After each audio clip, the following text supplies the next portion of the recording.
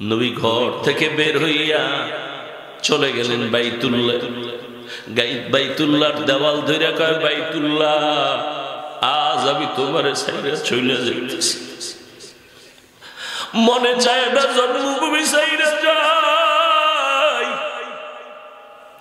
ও বাইতুল্লাহ, গোপনে গোপনে কত নামাজ তোমার দিকে ফিরে পড়েছে। মন চায় না, কিন্তু আমার বংশের আপন লোকেরা আমারে থাকতে দিল না। ও বাইতুল্লাহ, আজকে বিদায় নিতেছি চোখের পানি নিয়ে, তবে একদিন আমি হাসি মুখে তোমার সামনে হাজির হয়ে যাব বিজয়ের মিছিল দিয়া।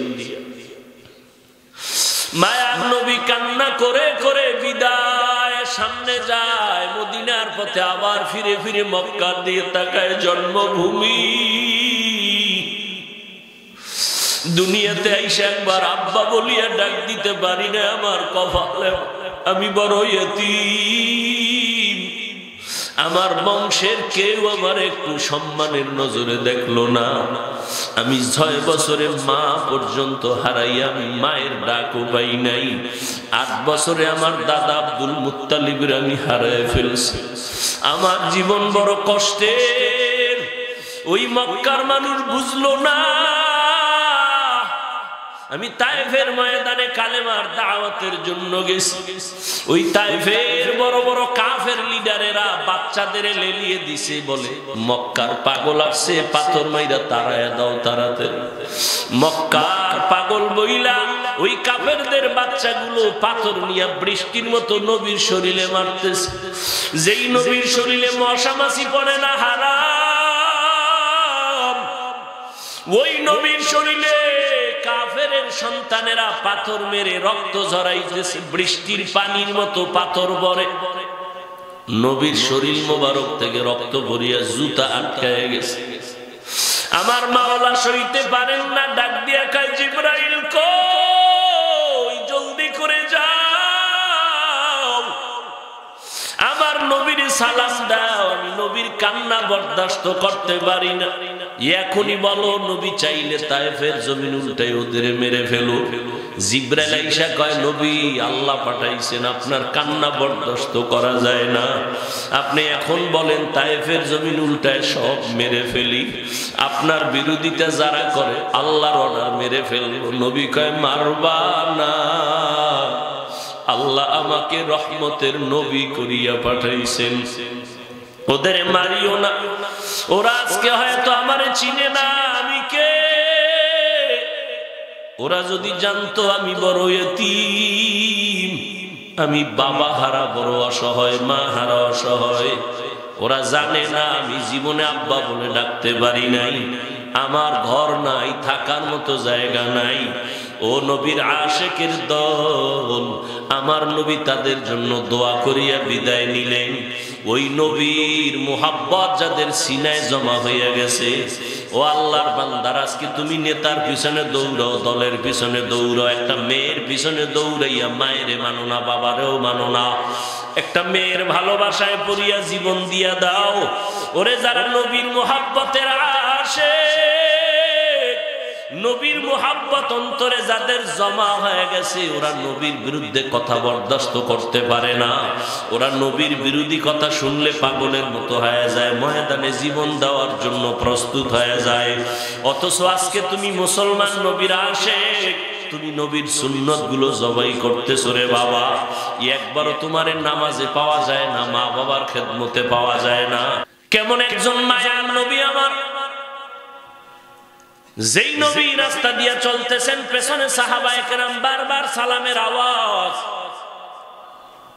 মায়ার নবীকে বলেন, নবী মানুষ নেই, সালামের আওয়াজ কইতো নাই। কয়, জঙ্গলে প্রাণীরা জানছে আমি নবী আসছি, সালাম দিতেছি। কেমন একজন নবী পাইলি রে বাবা, যেই নবী রাস্তা দিয়া যখন হাঁটে, দুপাশের গাছ নত হইয়া নবীরে সম্মান করে। নবী যেখানে কদম দেয়, দীর্ঘ বছর ওই জায়গা থেকে মিশকের ঘেরান আসে। নবীর শরীরে মশা মাছি পড়ে না হারাম। মেঘের খণ্ড ছায়া দেয়, সূর্যের গরম যেন নবীরে কষ্ট না দেয়। কেমন মায়ার নবী, ওদিকে আব্বাও নাই, আম্মাও নাই। কেমন মায়ার নবী আমার, যেই নবীর চেহারার দিকে যদি একটা বার তাকায়, দীর্ঘদিন খানা খায় নাই, ক্ষুধার্ত, একটা নজর দিলে সাথে সাথে ক্ষুধা মিটে যায়। এটা তো সুবহানাল্লাহ কইয়া লাইছে, আর আমিও কইয়া লাইছি আধা মিনিটে, কিন্তু ভাবলে চিন্তা করার বিষয়। অনেকে তো ভাবতে যায় মাথা গরম হয়ে যাবে, এটা কেমনে সম্ভব? একজনের দিকে চাইলেই ক্ষুধা নিবারণ হয়, এটা কেমনে সম্ভব? তোমরা যারা ভালোবাসার সাগরে আছো তোমরা বুঝো না যে ভালোবাসা জীবনের সব, খাওয়ান লাগবে না। কেমন ভালোবাসা? মা কয় তোরে মন্ত্রীর মাইয়া নিয়ে, আমার ফেতনি ভালা, অ লাগবে না, ঠিক নি? ও আল্লাহর বান্দারা, কেমন মায়ার নবী আমার। নবীর একজন আশেক পাগল খেজুরের বাগানে পানি দেয়, হঠাৎ করে আওয়াজ আসছে, মদিনার নবী জমিন থেকে চলে গেছে। নবীর আশেক যেই পাত্রটায় পানি উঠাইয়া খেজুরের বাগানে পানি দেয়, পাত্রটারে ফালাইয়া আসমানের দিয়ে তাকায়, কয় আল্লাহ, আমার কলিজার মোহব্বতের নবী যদি দুনিয়ায় না থাকে, আমারে রাইখা লাভ কিরে আল্লাহ? আমার এই দুইটা চোখ আমি রিজার্ভ রাখছি, আমার নবীরে দেখা কলিজা ঠান্ডা করব। ওই নবী যদি না থাকে, তুমি আমারে অন্ধ বানায় দাও। এই দুই চোখ দিয়া মুহাম্মদ ছাড়া আর কাউকে দেখতে চাই না, অন্ধ বানায় দাও। কেমন একজন মায়ার নবীর যুবক, ঘরের চারপাশ দিয়া দুশমনরা তরবারি নিয়ে দাঁড়ায় গেছে, আজ রাতকে মুহাম্মদের জবাই করবে। নবী ভেতরে আল্লাহর কাছে কান্না করে, আল্লাহ কি করব? আল্লাহ কয়, আপনি পেরেশান হবেন না, আমার অস্ত্র আছে, আপনার হাতে দেই। কোরআন শরীফের আয়াতগুলো পড়েন, আর এক মুষ্টি বালু হাতের মধ্যে নিয়ে ফু দেন, দম করেন, আর ঘরের চারদিকে বালুটা ছিটাইয়া দেন।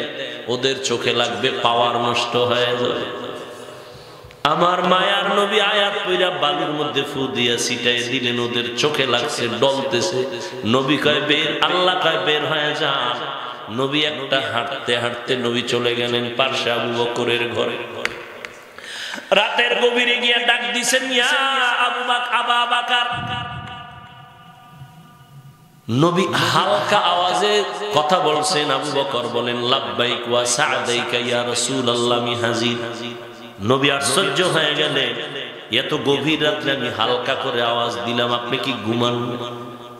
আবু বকর কাঁদতেছেন, চোখের পানি ছেড়ে কাঁদেন আর বলেন, ইয়া রাসূলুল্লাহ, আপনি কয়েক বছর আগে আমার কানের মধ্যে একটা আওয়াজ দিছিলেন, মদিনার পথে হিজরতের সঙ্গী আমি হব। আপনি আমাকে ইশারা দিছিলেন। আল্লাহর জাতের কসম, আমি আবু বকর যত ব্যস্তই থাকি সারাদিন, তবে রাতের একটা সেকেন্ড আমি ঘুমাই না। ঘরের দরজার পাশে দাঁড়ায় থাকি আর কান লাগায় থাকি, কখন মায়ার নবী এসে আবু বকর বলে ডাক দিবে। আমি যদি হালকা ভাবে একটু ঘুমাই আর আমার মায়ার নবী এসে ডাক দেয়, আর যদি সাড়া দিতে না পারি, দুশমন এসে আক্রমণ করবে। মায়ার নবীও কাঁদেন আর বলেন, আবু বকর, এমন ত্যাগ কি মানুষের দ্বারা সম্ভব? আবু বকর বলে, নবী শুধু আমি আবু বকর না, আমার ছোট মেয়ে আসমাও ঘুমায় না। সেই বছর বছর হয়ে গেল, প্রতি রাত হালকা নাস্তা বানায় রেডি থাকে। নবী মদিনার পথে যাবে, দূরের পথ, পথে ক্ষুধা লাগবে, নাস্তা দিবে, রেডি রাখছে, ঘুমায় না। নবী শুধু তাই না, খুঁটির গোড়ায় যে উট বাইদা রাখছি, উটও ঘুমায় না। আপনার বাড়ির পথের দিকে তাকায় থাকে, কখন আপনি আসবেন আর উপরে উঠবেন, বাহন হবে। মায়ার নবী আবু বকরকে নিয়ে বের হয়ে গেলেন, চলো, আর মক্কায় থাকা যাবে না। তুমি মুসলমান, নবীর আশেক, তুমি নবীর সুন্নত গুলো জবাই করতেছো রে বাবা। একবারও তোমার নামাজে পাওয়া যায় না, মা বাবার খেদমতে পাওয়া যায় না। এ যুবক, এত বড় বক্তা হইয়াও মা বাবার খেদমতের এখনো চেষ্টা করি, জুতা সোজা করার সুযোগ পাইলে করি। অথচ তুমি ক্লাস 8-এ পড়ো, তুমি মা বাবার সামনে যাইয়া খেদমত তো করোই না, বরং নিজের প্যান্ট শার্ট খুইলা ফালায়া রাখো। মায়েরে মনে করছো সে একটা চাকরানি দুইয়া রাখবে, অথচ তোমার তো দরকার ছিল মায়ের মশারিটা তুমি টানাইয়া দিবা। মা যখন রান্না বান্না করতে করতে আজান হয়ে গেছে, তুমি ঝাড়ু ঘরটা দিয়া ঝাড়ু দিয়া খেদমত করবা, তুমি একটু খেদমত করবা। তোমার জামা কাপড় তুমি ধুইবা, মায়েরটাও ধুইয়া দিবা। তোমার বিছানা রেডি করে মশারি টানাইবা, মায়েরটাও টানাইয়া দিবা। অথচ তুমি মাকে চাকরানির মতো খেদমত করাইলা তো করাইলা, আবার মায়ের সাথে কত খারাপ ব্যবহার করলা। তুমি জানো না তোমার ব্যবহারে মা গোপনে পানি ফেলছে, চোখের পানি। ওই মা বাবার চোখের পানি তোমার কথার কষ্টের কারণে ফেলেছে, কিন্তু মা কখনো বরদোয়া দেয় না। যদি দিত তুমি সঙ্গে সঙ্গে ধ্বংস হয়ে যাইতা। ওই মা বাবা বরং কান্না কইরা মাওলার কাছে দোয়া করছে, আল্লাহ আমার সন্তানটারে পরীক্ষায় পাশ করাইও। ওই মা বাবার কান্নার কারণে তুমি পরীক্ষায় ভালো নাম্বার পেয়েছো। ওই মা বাবার চোখের পানি দোয়ার কারণে আজকে তুমি ভালো চাকরি পেয়েছো, আজকে তুমি ভালো বেতন পাও। ওই মা বাবার দোয়ার কারণে, কান্নার কারণে বাড়ি গাড়ির মালিক, চেয়ারের মালিক হয়েছো। আজকে ওই মা বাবাকে চিনো না, ওই মা বাবার দোয়াও নিতে পারো না রে বাবা। ওই মা বাবার খোঁজ খবর নেও না। ও যুবকেরা, ওই মা বেঁচে থাকলে তাড়াতাড়ি দোয়া নিও। বাসায় গিয়া বলিও, মা আজকে ওয়াজের ময়দান থেকে তওবা করে আসছি, আর দাড়ি কাটবো না, নামাজ ছাড়বো না, মা বাবা তোমাদের কষ্ট দিব না। কত সময় কত কটু কথা বলছি, তুমি কষ্ট হইয়া কান্না করছো। আজকে তুমি আমার মাথায় হাত দিয়ে একটু দোয়া করিয়া দাও, আর জীবনে তোমাদের সাথে খারাপ ব্যবহার করব না। মা যখন চোখের পানি ছাড়িয়া মাথায় হাত দিয়া দোয়া করবে, আর সে আজিমে চলে যাবে। ও আল্লাহর বান্দারা, তওবার নিয়ত করিয়া নাও। আমার মাওলা বলতেছেন, ও দুনিয়ার মানুষ, আমি এমন রহমান তোমাদের কোরআন শিখাইলাম, মানুষ বানাইলাম।